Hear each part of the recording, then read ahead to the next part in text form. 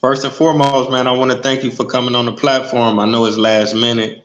It's No, definitely man, I appreciate the invite, brother. How's Dubai? You said you in Dubai. How that shit is out there, man? yeah, it's nice, man. It's futuristic. They got a lot of nice, tall skyscraper buildings, nice cars. It's a nice little diverse mix. People from all over the world working out here.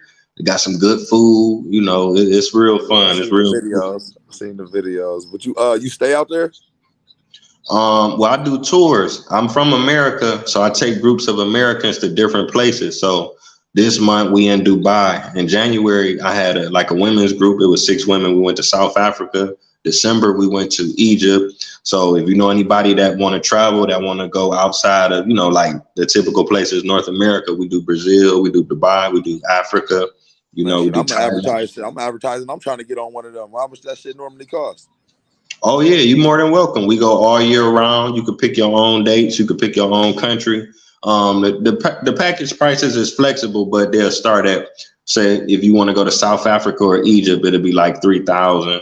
We'll do a week that includes your flight, the breakfast, the dinner, the hotel, and all of the activities. So say like if we go to Egypt, that'll include the camel ride, the boat ride on the Nile. We'll go to the Valley of the Kings, the Valley of the Queens, Hatshepsut's temple. We'll go see the pyramids, the I'm Great glad you Sphinx. hit me up. I'm glad you hit me up, brother, because I definitely will be exercising and taking advantage of that resource for sure. Oh That's yeah, oh that's crazy. You yeah. hit me up, man. I definitely was always wondering, like, man, how I'm gonna get to these other countries? Because I definitely want to see this shit for myself. Ain't nothing like Yeah, firsthand experience. yeah, that's the thing. It's a beautiful experience because like we got a lot of movies like Taken and Hostel. They like way have a scare you to go anywhere else, but we as But you not know. even just that. Like it's stories in the news. If you paying attention to what's going on out here in the world, it's really not safe for Americans to really go anywhere unless you're going on some controlled shit like what we got going on. Because it's bad enough being black, but we just still the most hated as people in the world is Americans. You know what I mean? On top of being black, we the most hated as people in the world, and I'm an American, so I'm really double triple hated. You know what I'm saying? Yeah, So right. you know what I mean? So just being aware that it's safe ways to travel around the world and see what you want to see without trying to do it on your own accord. Because a lot of people are retarded and they go places and do things by themselves, not understanding the dangers in the world. If you think America's bad and you go to a country where the rules are different, what do you think is going to happen over there? Like I'm not trying to find out. I don't want to find out on accident or mistake. None of that shit.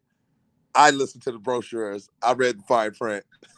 I don't go places where I don't belong. For the viewers that may not recognize you, let them know who you are and definitely where you from. Man, my name Carrese Archer, the game changer MMA that you see on Instagram. I'm the game changer, changing the game one game at a time. Not calling myself that because it sounds good or it's a good nickname or anything like that. It's a lifestyle, something I've been living my whole life. And I can on another level, on another platform, I could probably go into depth about what that actually means. But just to let the people know, the game changer is a lifestyle and a way of life. It's not just something that sounds cool or something that's catchy that I came up with. I'm actually a game changer. When I said the game of life. If you understand life and you are woke, you understand that this is a game, and any objective of any game is to win. And if you're not trying to win the game, what are you doing with your life? You know, so that's the game changer in a nutshell. But yeah, I'm originally from Battle Creek, Michigan, and yeah, I've been doing combat sports for about 11 years now. And Wow, that's what's up. I started doing MMA in Michigan when I was 22 years old. 2012, I took my first amateur fight, and I fell in love with it. I've been fighting ever since. At first I was a kid, I wanted to be like in the NFL and all that stuff, but I didn't really have a lot of luxuries that a lot of people have growing up. So I didn't get that opportunity to really excel like I should have been. So I just always been one of them kids that had a lot of raw talent, just raw ability, just really natural, untapped, untamed, and just haven't been able to get a chance to really like put myself out there like I should have been, you know.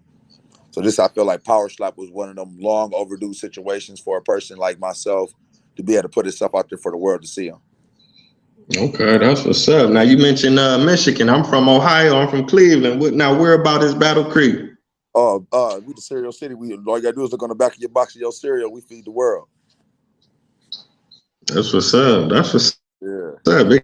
Shout out to Michigan. You know, we got family up there. We drive up to Michigan or Illinois, Indiana, the Midwest. You know. Yeah. You already know. Now let me see. I can ask you now. What exactly is Power Slap? You know, because a lot of people is getting familiar with it. I don't know how long it's been out, or is it something new? What Well, is that? Power Slap is a league, is an organization. That's what it is. You know, and it's like the UFC, just another organization, but it's starting out to be the leading organization in this particular sport that we have going on right now, which is called slap fighting. And that's the sport is slap fighting is the sport that we do. Power slap is the organization.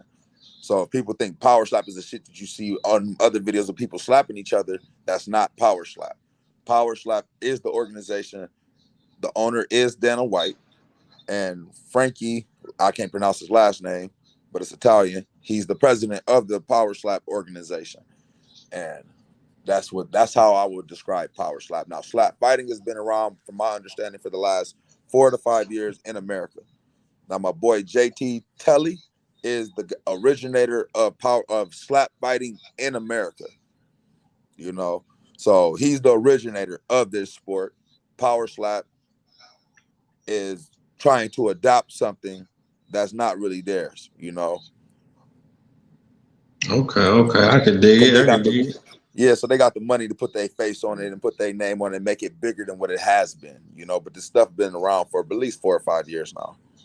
Right, you see a lot of that. That's capitalism, man. You got to hang your Yeah, bag right. You can have yeah. $1 billion idea, but they can take it from you. They say somebody with some more money can come steal it from you. You know, they got to have your permission. You got to pay them for it, but you know they got to pay for it. But it's shit, they willing to spend the money, especially You're if you ain't right. got your, like you said, if you ain't got your bag right, you'll sell yourself short. Yeah, because that could be because I was watching some in businesses like you could have 1 million orders, but you might not have the machinery to fulfill the 1 million orders. So So you it it's don't do like you no almost like you good. don't got no orders. Yeah, back to ground zero. Yeah, but that's what's up.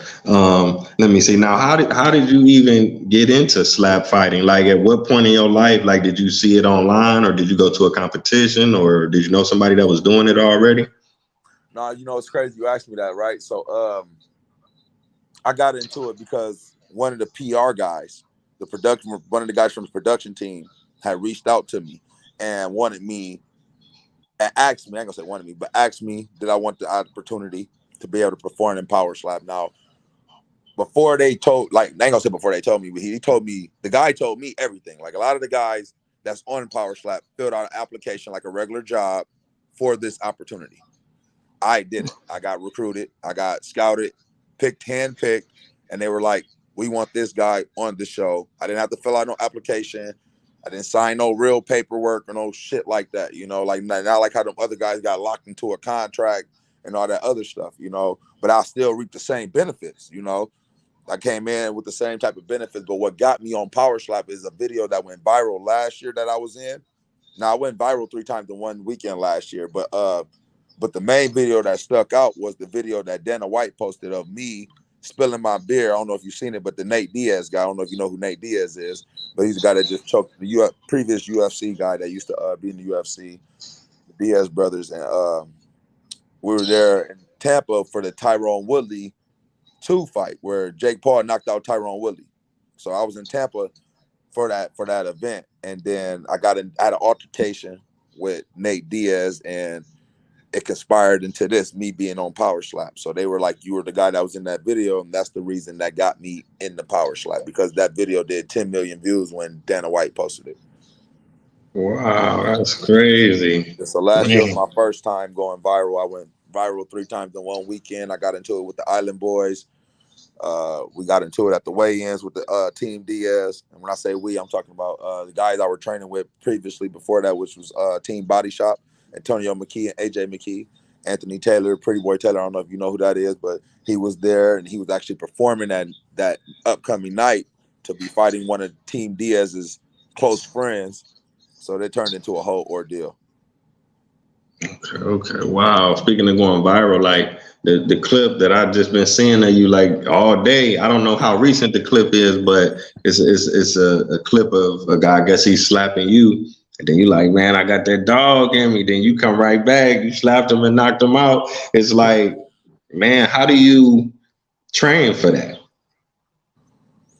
Man, I would say, man, I don't think you can train for something like this. I think it just got to be in you, you know, because like all my situations and everything I've been through in my life, I knew that a slap wasn't going to hurt me. You know what I mean? I'm like, I've been through a lot of shit, dog. I've been through a lot of shit. A lot of the stuff I've been through would have killed most people, you know, or they would have quit a long time ago, you know. So for me to be able to get an opportunity to be able to be seen by Dana White on a different platform, but not the platform I was aiming for, it was like, hey, you don't miss an opportunity when an opportunity presents itself. You jump on it, whether no matter where you think it goes or where it might go. I just did it because I wanted to be seen by Dana White, you know. And once I got that recognition, I got that acknowledgement from him, and I was able to see the interviews with him speaking highly about me, my job was done.